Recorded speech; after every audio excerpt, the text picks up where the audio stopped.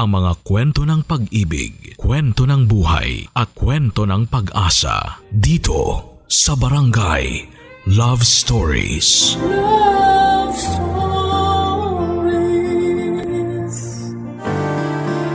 Maraming hindi may paliwanag na mga nilalang sa paligid natin. Mga nilalang na hindi nakikita pero alam natin na nandyan lamang sila. Ikaw kabarangay, anong klaseng nilalang ang pinaniniwalaan mong nasa paligid mo lang? Dear Papa Dudut, ako nga pala si Sasha, 30 years old.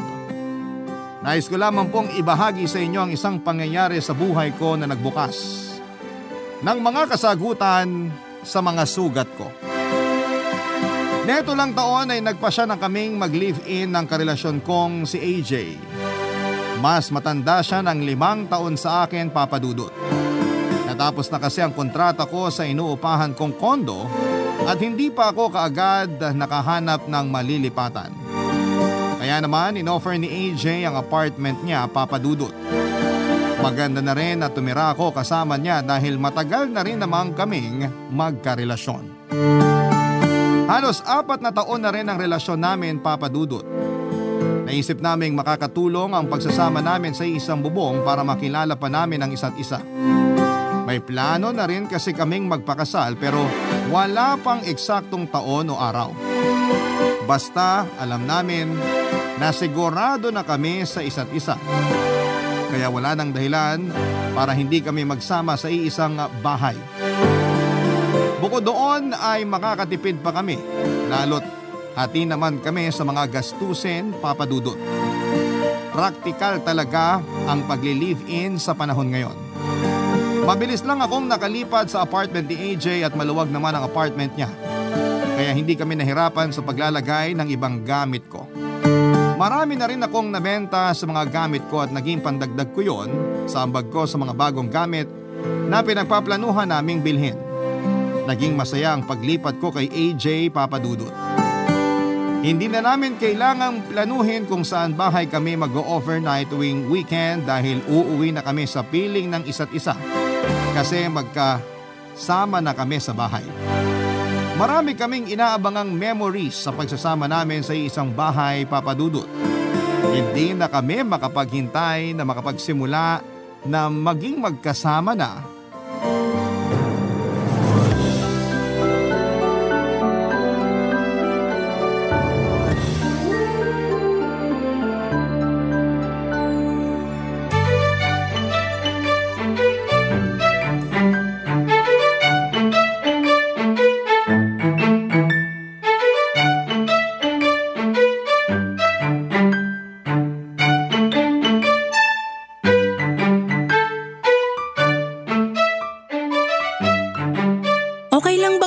Stuffed toy sa kwarto mo? Kwarto natin. At oo, kahit dinosaur pa ang ilagay mo, payag ako. Pag ako, Tinoyo, mag-uuwi talaga ako ng dinosaur dito sa bahay mo. Bahay natin. Masanay ka nang sabihin na atin tong bahay. Atin tong mga gamit dito. Hindi na lang sa akin, sa'yo na rin. Sa atin. Sa atin. Bigyan mo naman ako ng time mag-adjust. Kakalipat ko lang ngayon, di ba? Bukas dapat nakapag-adjust ka na, ha? Ewan ko sa'yo. Saan ko ba pwedeng lagay itong mga kutsilyo? Sa kwarto na lang natin para may thrill. Ikaw talaga. Seryoso na, please. Saang tukador sa kusina ilalagay itong mga kutsilyo? Doon na lang sa tabi ng microwave. Ako nang bahala mag-ayos mamaya. Ilatag mo na lang dun. Unahin mo na lang itong mga damit mo na ilagay sa kwarto natin. O sige, yung isang bote ng suka at isang maliit na garapon ng rock salt dyan, pakiabot naman sa akin, dadalhin ko sa kwarto. Bakit mo sa kwarto ilalagay itong suka at asin? Mag-aadobo ka ba? Gusto mo, lagyan mo ng daon ng laurel at paminta para kompleto na. Ilalagay ko yan sa sulok ng kwarto natin. Kasi dun masarap mag-adobo? Para di tayo paglaruan ng mga elementals.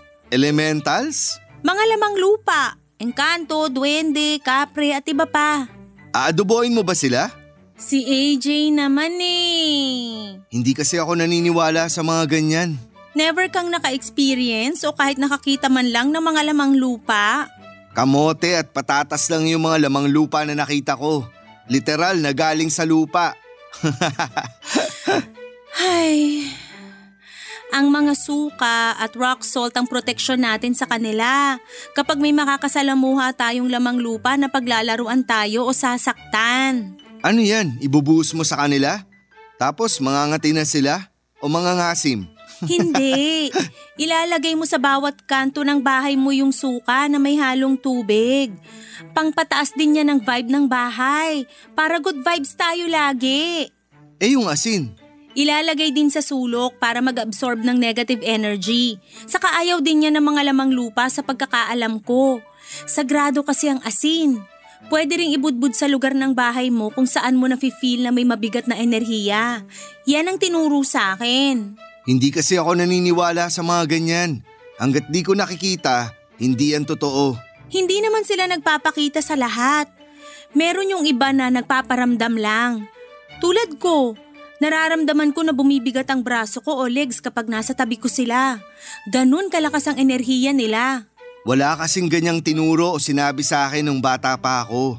Di rin naman ako nakikisali sa mga kwentuang multo sa mga pinsan ko sa probinsya.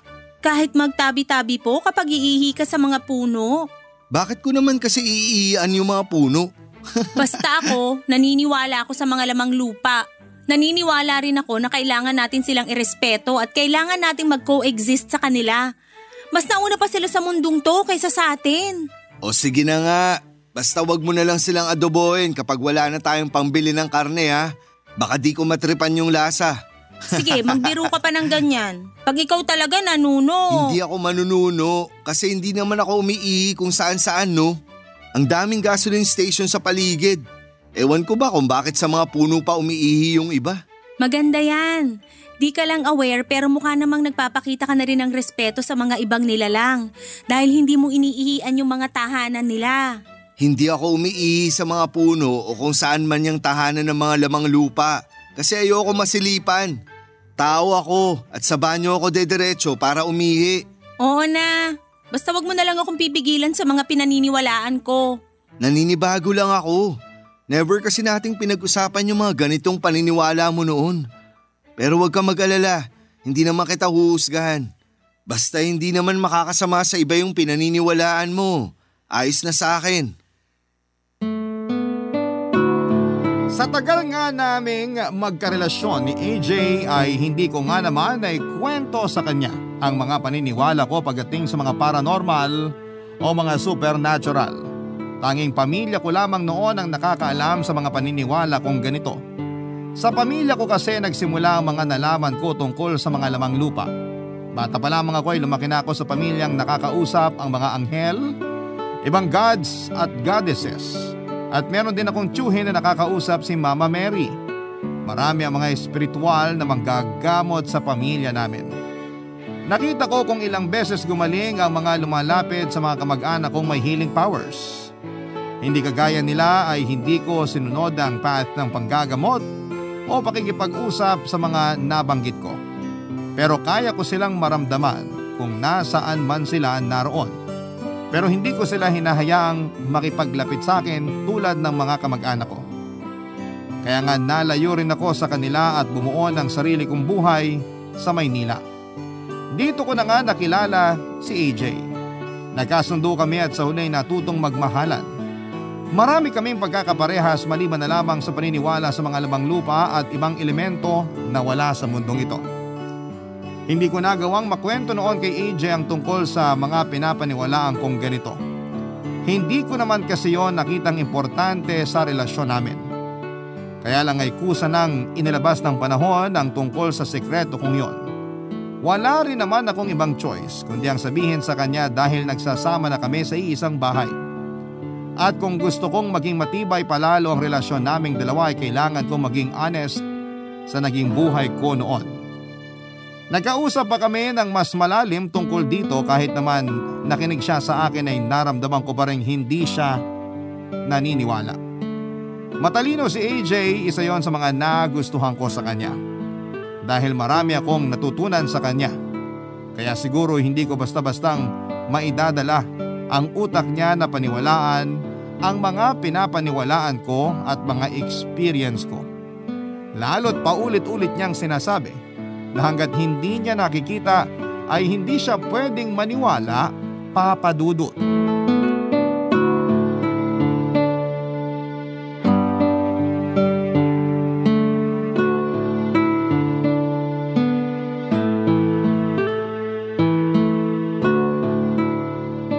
AJ? Bakit? Ikaw ba yung nagbuhos ng tubig kanina sa labas? Oo, sobra rin sa pinanglaba ko. Nagsabi ka ba ng tabi-tabi po? Hindi naman ako umihi sa labas Bakit kailangan ko magtabi-tabi po? AJ naman.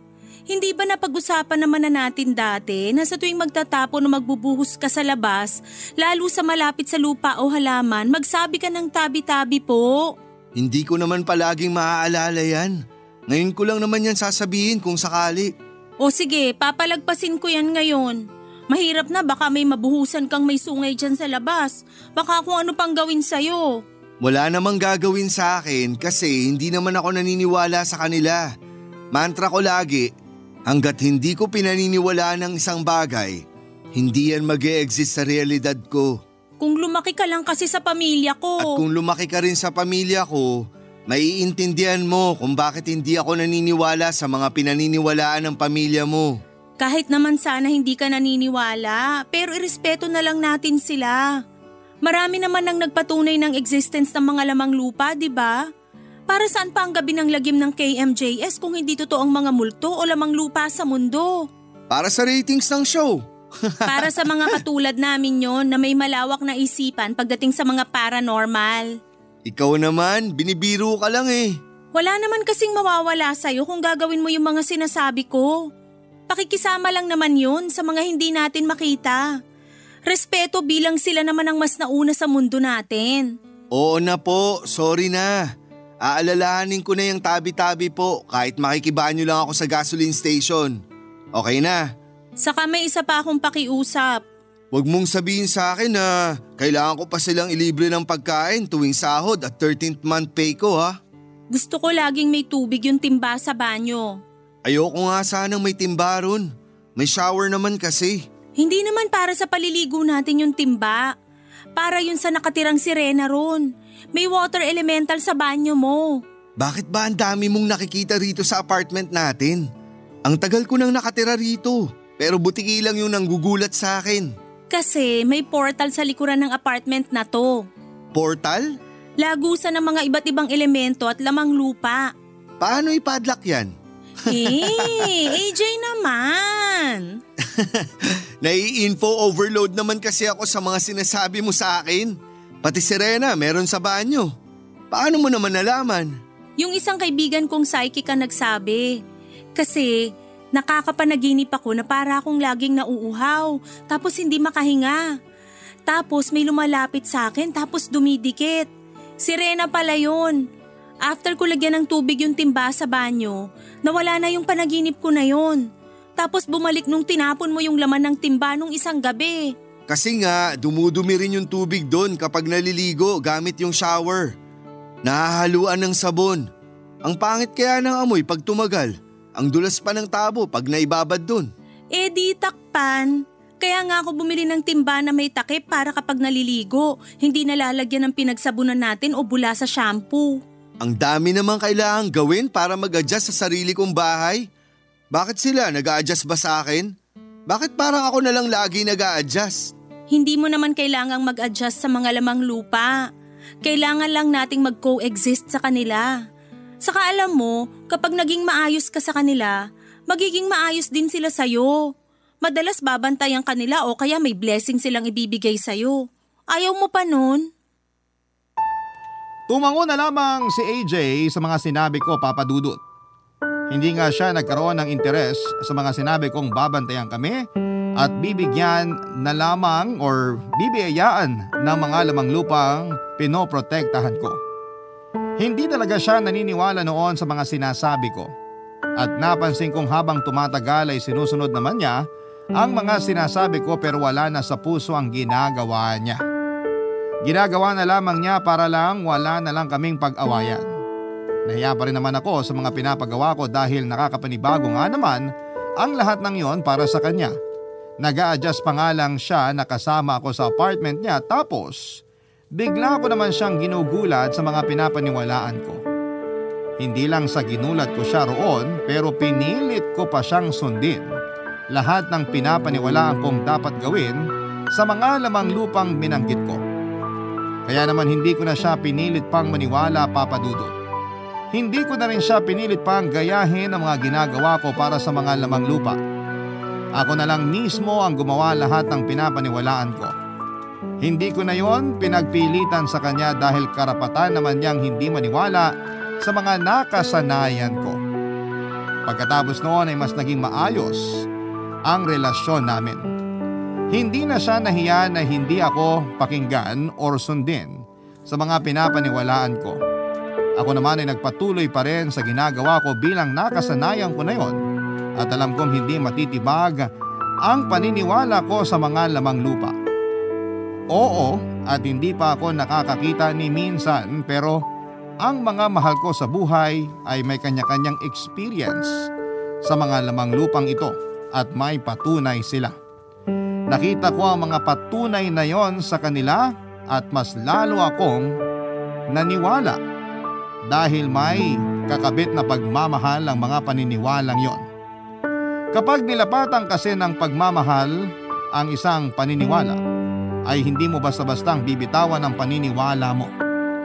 Kahit wala pang makinig o maniwala sa iyo ay magpapatuloy ka sa paglalakad sa direksyon niyo at magpapatuloy kang gawin ang pinapaniwalaan mo. Lalo't wala ka namang ibang nasasagasa ang ibang tao o ibang elemento, Papa Dudut. Barangay Love Stories. Barangay Love Stories.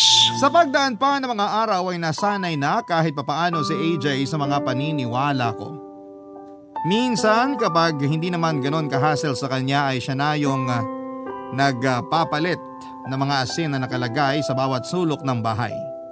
Once a week kasi ako kung magpalit ng asin noon dahil nakaka-absorb na yon ng mga negativity sa bahay. Sinabi naman ni AJ na gumagaan nga raw ang paligid tuwing bagong palit ang asin sa bawat sulok. Kaya siguro siya sinisipag na magpalit dahil nararamdaman na niya ang epekto noon. Ganon din ang suka, siya na rin mismo ang nagpapalit, Papa Dudut. Natuwa ako dahil may mga konti na rin siyang pinapaniwalaan sa mga sinasabi ko sa kanya. Hindi nga lang ngayon madalas na sinasabi. Napapansin ko na rin sa kanya na maingat na siya sa pagbubuhos o pagtatapon ng kung ano-ano sa labas ng bahay nang hindi nagsasabi ng tabi-tabi po. Hindi ko na lang masyadong pinupo na yon dahil baka ihinto niya. Hindi ko inaakalang mahihila ko siya sa mga paniniwala ko, sa mga paniniwalang nakasanayan ko na. Huwag ko lang talaga siyang pilitin dahil kusa naman niya yung ginagawa. Papa Dudut, nabawasan na ang ilangan sa pagitan namin ni AJ pagdating sa mga pinapaniwalaan namin. Madalas na rin siyang makinig sa mga kwento ko noong bata pa lamang ako. Nakwento ko sa kanyang mga nakita ko sa pamilya ko noong bata pa lamang ako. Napapansin ko naman sa mukha niya na may mga hindi siya pinapaniwalaan. Hindi ko naman siya pinilit. Gusto ko lang ibahagi sa kanya ang mga nangyari sa kabataan ko. Higit pa sa pagpapaunawa sa kanya sa mga paniniwala ko ay mas gusto kong ipakilala sa kanya kung saan ako nagsimula. Napansin kong masaya siya habang kinikwento ko yung mga simpleng alaala ko bilang isang bata. Yung walang halong paranormal. Sa ganong paraan daw ay mas nakikilala pa niya ako. Sa ganong paraan ay mas naiintindihan niya ako. Ganon din ang ginawa niya, Papa Dudut. Nagkwento rin siya ng mga nangyari sa kabataan niya. Sabay naming pinagtawanan ng mga adventure niya noong bata pa lamang siya. Para sa akin ay mas naging makulay ang kabataan niya. Para sa akin mas na-enjoy niya ang pagiging bata niya. Hindi siya na puwersang tumanda kaagad. Hinayaan siya ng panahon na maging bata hanggat akma sa edad niya, Papa Dudut.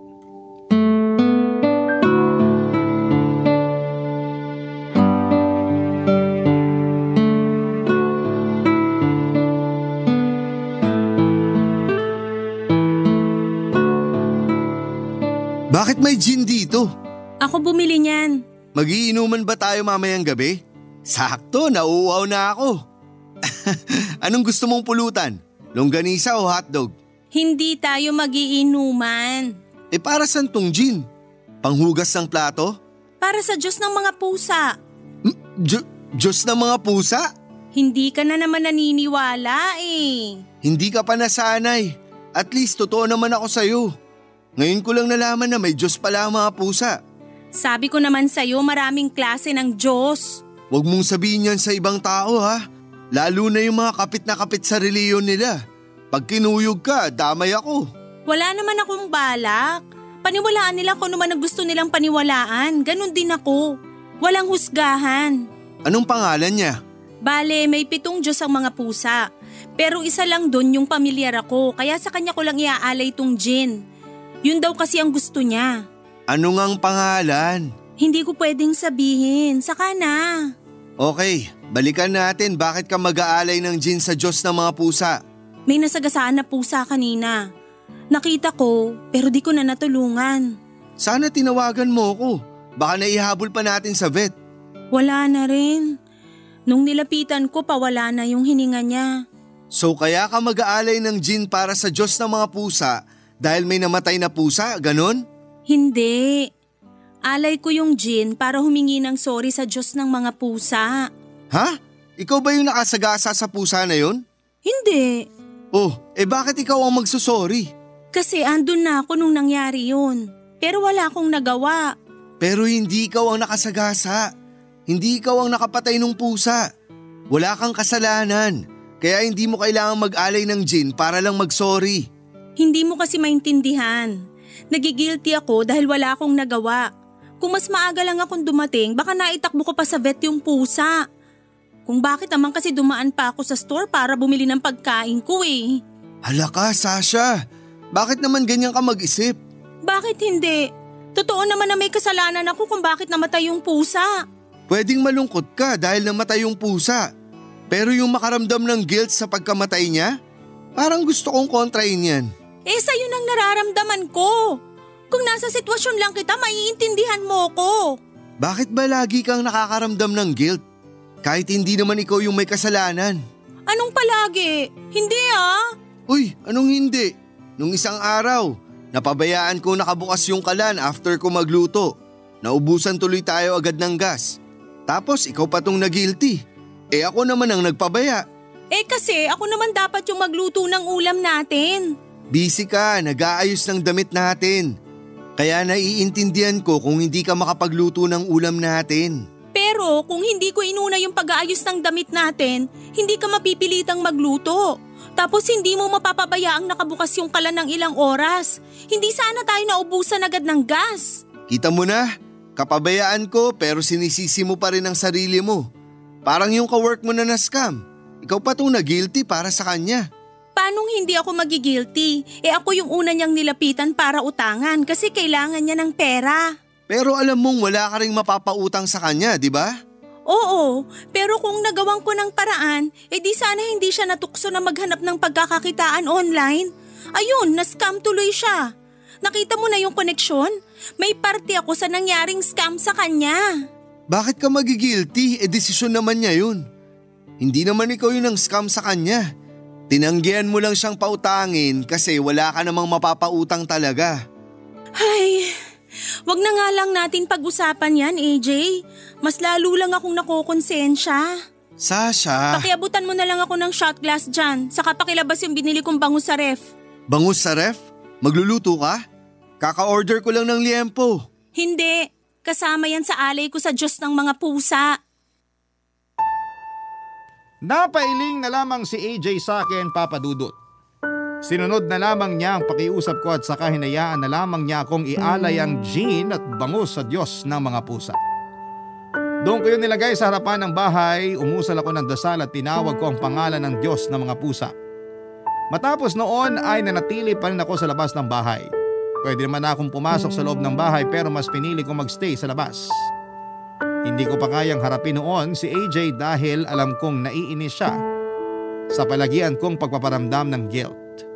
Napansin pala niya yon at saka lang niya sinabi sa akin noong hindi na niya kayang punahin ang mga ginagawa ko kapag nakakaramdam ako ng konsensya. Hindi ko na rin kasi kayang ilaban ang nararamdaman kong konsensya kay AJ, Papa Dudut. Alam ko namang may punto siya, pero may punto rin naman ako. Hindi ko na rin kayang depensahan pa ang guilt na nararamdaman ko sa tuwing may hindi ako natutulungang tao man o hayop. Kahit mismo ang halaman na namatay ay hindi ko maiwasang makaramdam ng guilt kahit na hindi ko naman yon kasalanan. Papa Dudut, binalikan ko lahat ng mga oras na nararamdaman ko ang konsensya sa tuwing may hindi ako nagagawa para sa iba. Mga oras na hindi ko nagawang tumulong kahit alam kong imposible ko namang maihatid ang tulong na yon kung andun ako sa sitwasyon na yon. Hindi ako madalas pinapatulog ng konsensya ko kahit sa maliliit na bagay lang. Kapag may hindi ako natutulungan, iniiyakan ko yon. Magdamag dati. Sinisisi ko ang sarili ko noon dahil pakiramdam ko ay wala akong kwentang tao dahil hindi ko nagawang i-extend ang kamay ko para tumulong. Alam kong mali na yon, Papa Dudut, pero hindi ko magawang pigilan noon ang sarili ko. Pakiramdam ko ay kailangan kong tulungan ng lahat at kapag may hindi ako natulungan ay matik na makakaramdam ako ng sama ng loob. Para akong superhero na walang kapa. Para akong superhero na hindi nakakalipad at walang ibang kapangyarihan kundi ang konsensya lamang. Yun ako, Papa Dudut. Gusto ko namang baguhin yon sa sarili ko pero hindi ko alam kung paano ko yon sisimulan, Papa Dudut.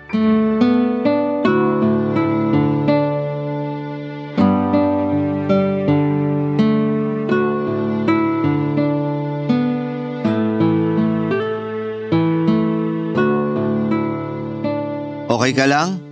Kanina ka pa nakatulala riyan. Okay lang ako. Gusto mo bang ipagtimpla kita ng kape? Turmeric. Ay, huwag ka nang mag-abala. Ayos lang talaga. Hindi ka okay. Tumanggi ka sa turmeric eh. Yan ang palatandaan ko kapag may dinaramdam ka. Kilalang kilala mo na talaga ako, ha? Ilang taon na rin tayong magkarelasyon. At saka kasama na kita sa iisang bahay. Alam ko na rin kung kailan madalas dumudumi ang pusod mo. Tuwing Biyernes ng hapon, di ba? Ikaw talaga. Magkwento ka na. Makikinig ako. Ay, kulang yung pinadala ko kay nanay. Kulang man pero nakapagpadala ka pa rin naman. Malaking bagay na yun. Nakakakonsensya. Ayan na naman po si Binibining Konsensya ng Manila.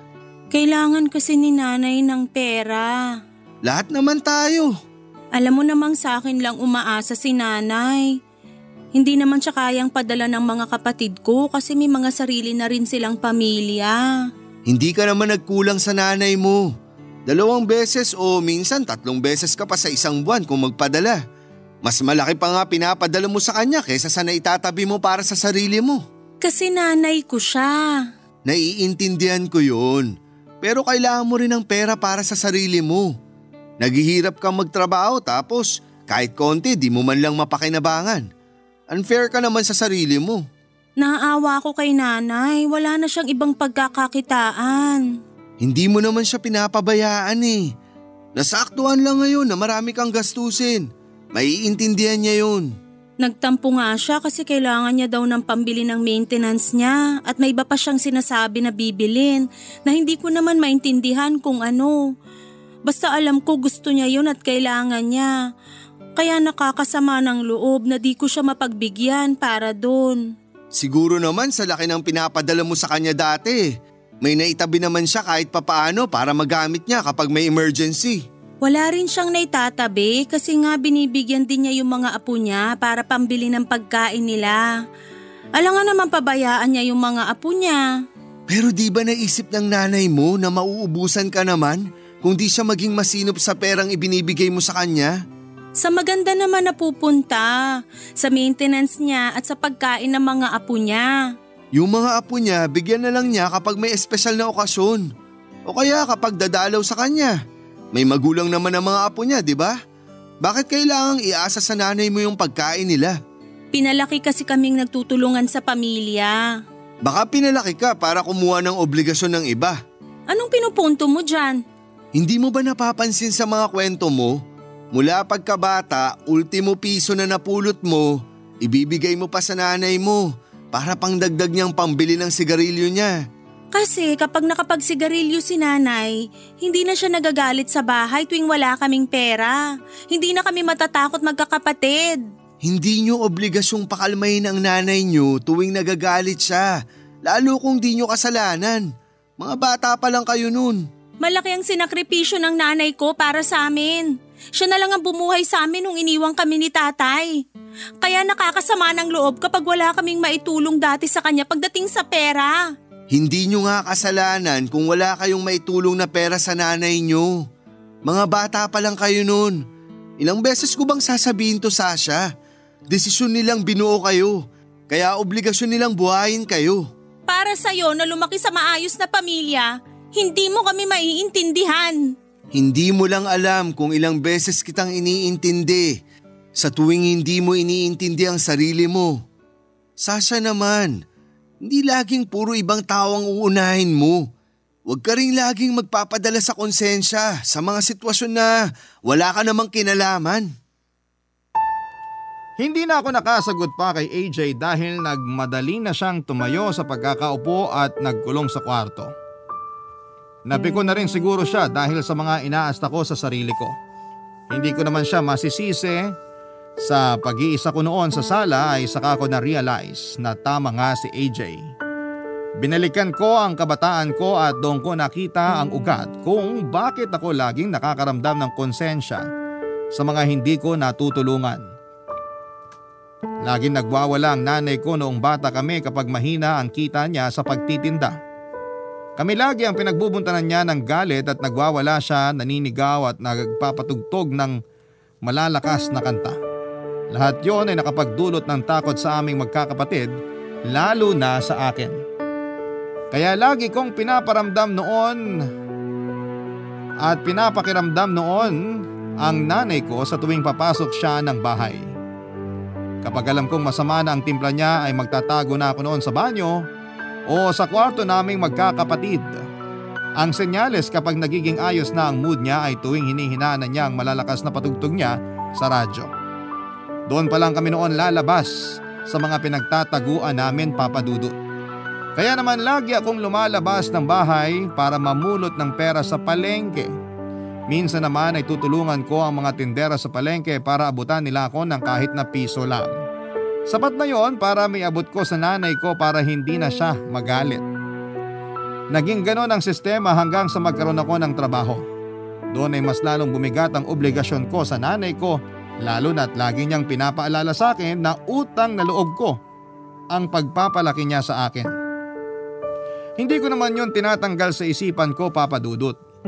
Kaya lang ay masakit para sa akin na yun na lang ang nararamdaman kong koneksyon naming dalawa na mag-ina. Pera at halos wala ng iba pa. Napaiyak ako habang binabalikan pa ang ibang naging resulta ng mga nasaksihan ko sa nanay ko habang lumalaki. Malaki kasi ang naging epekto noon sa mga nakakasalamuha ko, Papa Dudut. Pakiramdam ko noon ay obligasyon ko lahat ng mga taong nakakasama ko.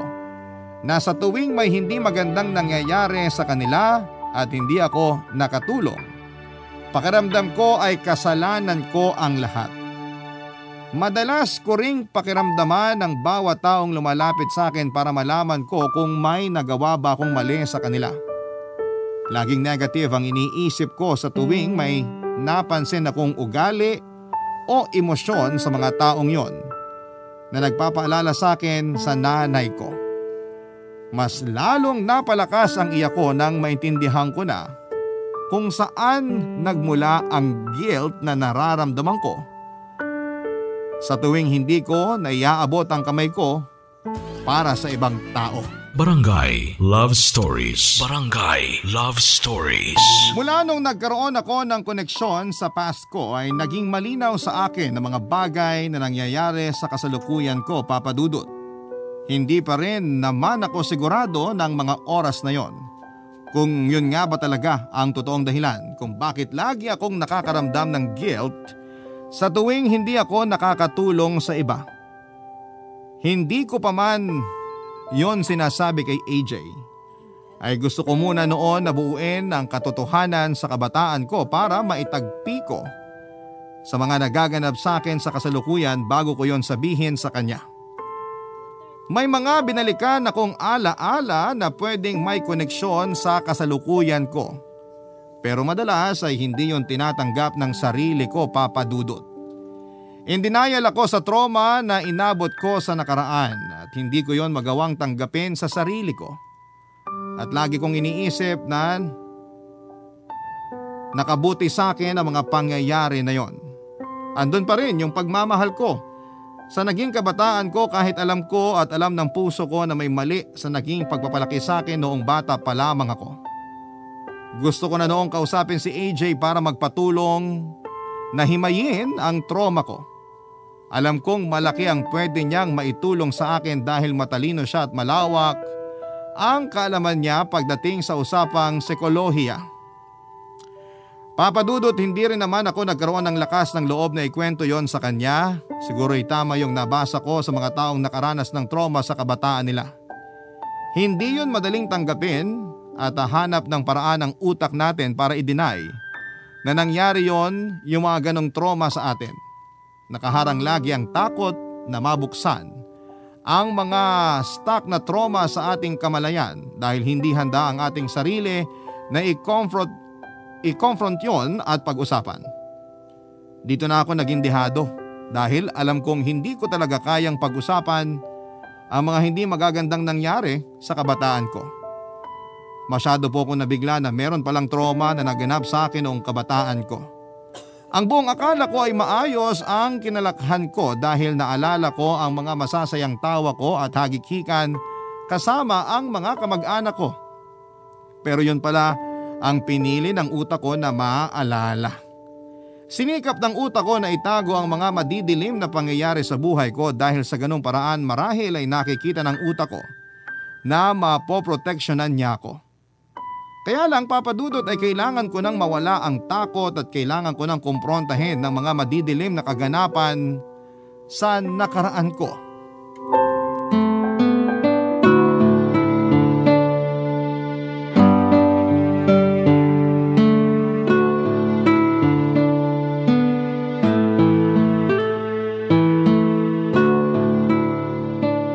Wow! Sa wakas! Nakabili ka na ng yema cake! 2 araw na yung cravings mo dyan ah. Oo nga, kaso isang slice lang nabili ko.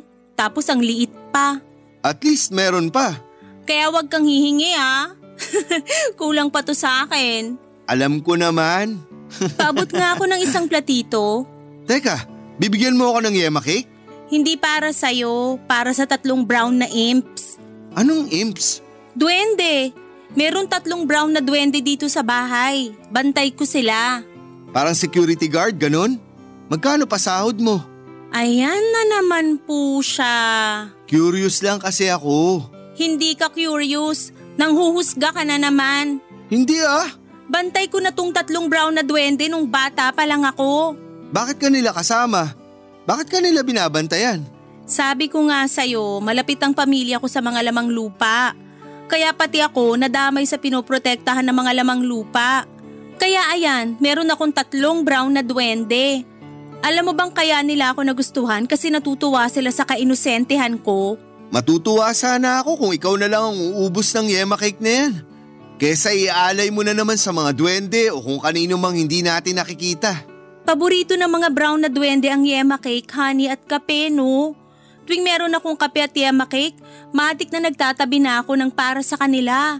Kahit 15 minutes lang na ialay mo yun, okay na yun. Baka naman pwede kang mag-pass muna sa pamimigay ng yema cake. Kukunti na nga lang yan oh. Saka ang tagal mong inabang makabili niyan sa paborito mong pastry shop.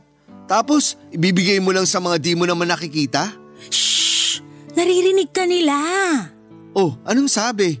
Nagtatampo na ba sila sa akin? May cravings din ba sila ng yema cake? Hindi na nakakatuwa yung biro mo ah. Hindi maganda na maka-offend ng mga lamang lupa. Ako na nagsasabi sa'yo. Kainin mo na lang mag-isa yung yema cake. Sa susunod ka na magbigay. O mas magandang wag ka nang magbigay kasi nasasayang lang yung pagkain. Hindi sayang ang pagkain kung masaya namang nakakakain ng mga duwende ko, no? Hayaan mo na nga ako. Ako naman ang bumili ng cake na to at ibibigay ko to sa gusto kong pagbigyan. Sana all, duwende, para bigyan mo rin ng yema cake. Yung mga di mo nakikita, binibigyan mo. Akong boyfriend na nakikita mo, pinagdadamutan mo. Lagi ka namang nakakakain kahit kailan mo gusto. Yung mga duwende, bihira sila makatikim ng pagkain ng mga tao. Kasi nga, hindi sila tao para kumain ng pagkain ng tao. Uy, sorry. Na-offend ba kita? Gusto ko lang namang… Paano kung magutom o malungkot yung mga duwende dahil hindi ko sila binigyan ng yema cake, ha? Nasanay sila na lagi kong binibigyan. Tapos isang araw magugulat na lang sila na wala na akong nilalagay sa platito nila. Ano na lang ang mararamdaman nila? Sasha! Alam mo ba kung gaano yun kabigat sa konsensya ko? Bakit ka makokonsensya? Hindi naman tayo sigurado kung sasama ang loob ng mga duwende kung di mo sila bibigyan ngayon ng yema cake. Nakakakonsensya kasi kaya ko namang magbigay. Pero mas gusto mo magdamot ako. Kawawa naman sila na pagdadamutan ko tapos ako lang yung mabubusog. Ano na lang mararamdaman nila? Alangan namang isakripisyo mo yung pagkain mo para sa mga di nakikita. So para sa'yo, mas okay na magutom ka kaysa magutom yung mga lamang lupa. Ayoko lang silang malungkot o magalit. Natatakot akong magalit sila kapag di ko sila pinagbigyan sa gusto nila. Gusto ko lang isipin yung nararamdaman nila. Masama na ba talagang unahin yung sarili kaysa sa iba? Hindi mo na ba talaga matatanggal yan sa'yo? Bakit kailangan mong makonsensya lagi kapag di ka nakakapag-abot sa iba? Bakit kailangan mo laging isipin yung mararamdaman ng iba?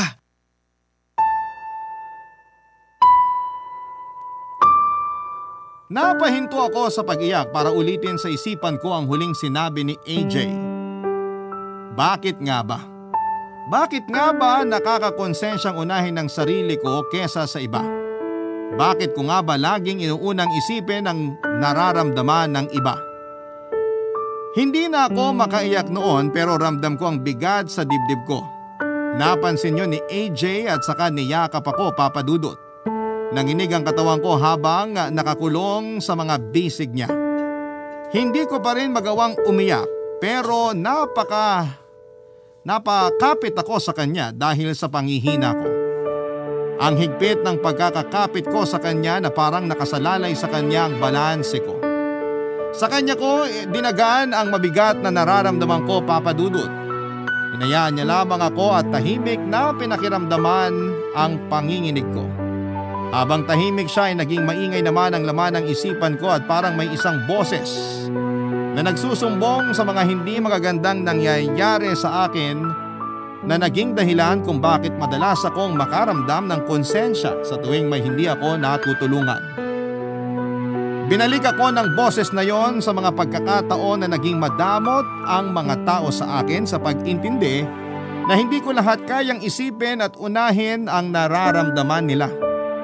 Naalala ko kung paanong inuna ko lagi ang nararamdaman ng mga magulang ko sa tuwing nag-aaway sila at nagkakasamaan ng loob.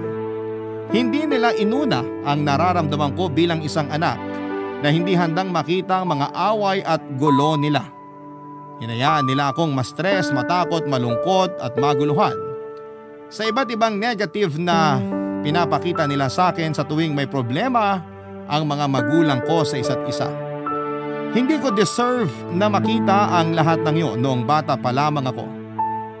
Hindi dapat ako nag-a-adjust bilang bata sa mga problema nilang pangmatanda. Nasanay ang batang ako na inuuna lagi ang nararamdaman ng ibang tao sa takot na magalit sila. Doon kasi ako sinanay ng mga magulang ko, Papa Dudut. Laging ako ang umiintindi at nag-a-adjust sa mood o problema nila. Nabitbit ko yung ugaling yon sa mga taong sumunod na nakilala ko habang lumalaki. Kinailangan ko laging pakiramdaman ng isang tao kung ano ang mood niya para ako ang mag-adjust. Lagi akong nag-a-adjust sa ibang tao sa takot na makitaan sila ng galit na kapareho ng nakikita ko sa mga magulang ko. Tinuring kong parang mga magulang ko ang lahat ng nakakasalamuha ko. Inuna ko ang nararamdaman ng lahat kesa sa sarili ko, na kapag hindi ko napagaan ang loob nila sa pamamagitan ng pagtulong ko ay tatamaan ako kaagad ng konsensya. Dahil bata pa lamang ako ay pinaramdam na sa akin na obligasyon ko ang ibang tao at wala akong karapatang unahin ang sarili ko.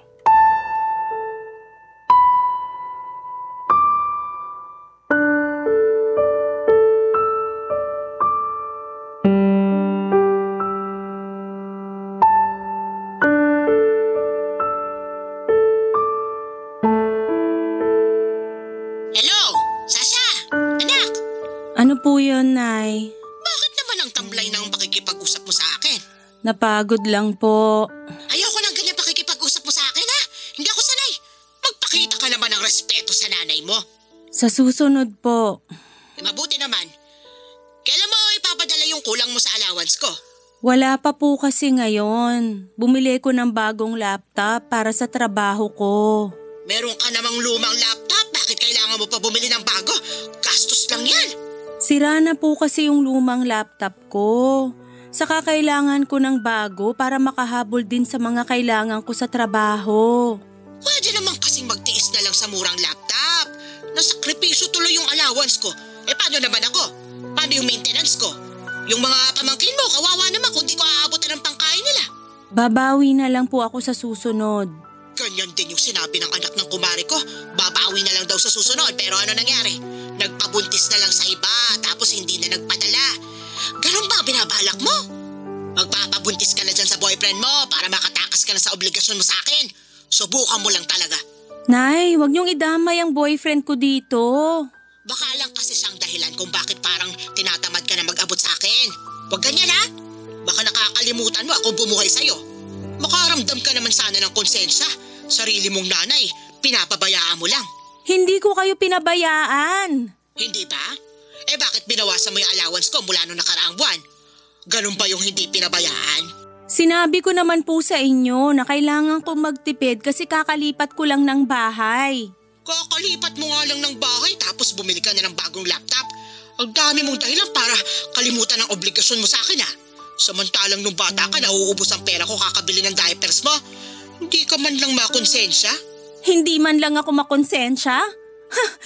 Buong buhay ko yan yung nakaprograma sa utak ko. Makonsensya lagi kahit hindi naman dapat. Salamat sa pangungonsensya nyo lagi sa akin.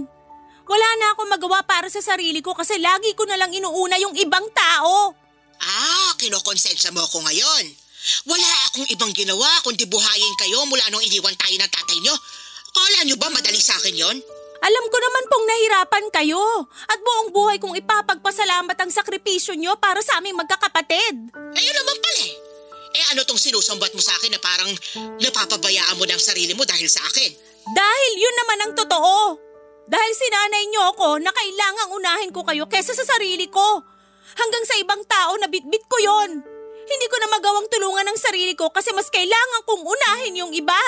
Ikaw ang may desisyon yan, hindi ako. Huwag mong isisi sa akin yan. Desisyon nyo na mag-away ni tatay sa harapan naming magkakapatid nung bata pa lang kami. Desisyon nyo na sa pilitang kaming pilitin magkakapatid kung sino sa inyo ang kakampihan namin tuwing magkakagulo kayo. Desisyon nyong pagbuntunan kami ng galit kahit wala namang kaming ginagawa sa inyo. Hinahanda lang namin kayo sa totoong mundo. Paano kayo makakasurvive kung hindi namin ipapakita sa inyo kung gaano kapangit ang totoong mundo? Hindi namin kailangan makasurvive lang nung bata pa kami. Kailangan naming maramdaman na safe kami sa inyo ni tatay. Nakausap mo nanay mo? Oo. Kumusta? Sinusubukan ko nang maging malaya sa guilt. Anong pakiramdam? May nginig. Pero payapa. Sa wakas, pinakinggan na ng mga lamang lupa ang hiling ko. Ha? Sa tuwing naglalagay ako ng tubig sa timba para sa sirena sa banyo, nagtatabi-tabi po pag nagdidilig, o kaya nagsishare ng kape ko sa umaga sa mga duwende mo. Lagi kong binubulong na palakasin nila ang loob mo para humindi, para sa ikabubuti mo. Thank you ha.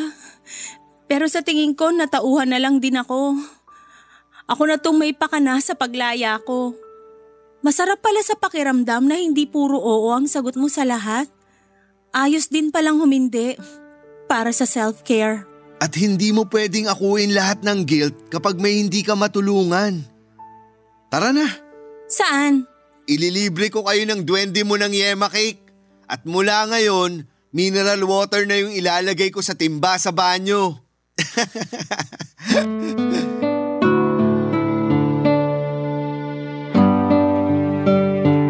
Napailing na may halong tawa ang sinagot ko sa sinabi ni AJ Papadudut.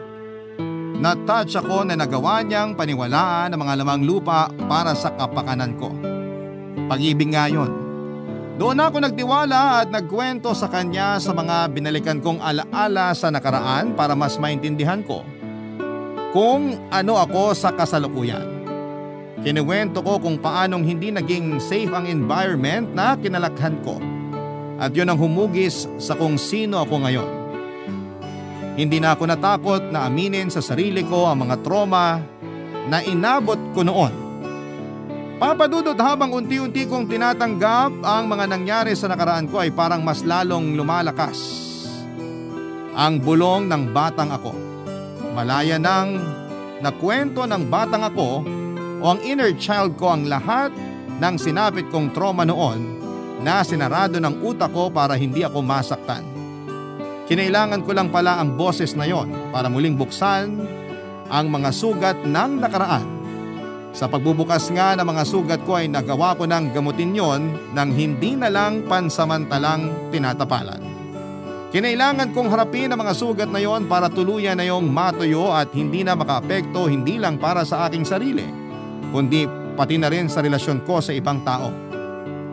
Sa ngayon po, Papadudot, ay inuna ko na ang sarili ko. Ito ang unang pagkakataon na ginawa kong umuo naman sa sarili ko. Lahat ng pag-aalaga at pagmamahal ay binuhos ko na sa sarili ko. Hindi ko na pinagdamutan ang sarili ko. Kung makakaramdam man ako ulit ng guilt ay mangyayari na lamang yon kapag hindi ko na ibigay ng tama ang pagmamahal para sa sarili ko. Naglagay na ako ng boundaries sa mga taong lumalapit sa akin para humingi ng tulong, kahit sa nanay ko mismo. Nakaramdam na rin naman si nanay at kung ano lang ang kaya kong ibigay sa kanya. Tinanggap niya ng may halong pasasalamat kung ano lang ang kaya kong iabot sa kanya. Hindi pa rin ako nakarinig ng sorry sa kanya, pero masaya na akong bumabawi siya sa pamamagitan ng gawa. Ayos na yun sa akin, natuto na rin si nanay na tumanggap ng hindi sa akin kapag alam niyang naaabuso na ako. Paunti-unti ay naging maayos na ang relasyon ko sa nanay ko. Si AJ naman ang higit na natuwa sa pagbabago ko. Sinuportahan niya ang lahat ng pwede kong gawin para maghilom ang mga sugat ko. Napakaswerte ko na nakahanap ako ng kapareha na gusto akong tulungang makabangon kaysa ubusin ang mga sugat ko para sa sarili niyang kapakanan. Hanggang ito na lamang po ang aking liham, Papadudot. Buong puso ay nagpapasalamat po ako sa inyong lahat na nakinig ng aking kwento. Hanggang sa muli, ako po ang inyong kabarangay forever, Sasha. Nagustuhan ng iyong napakinggan? Ituloy yan via live stream sa www.gmanetwork.com/radio.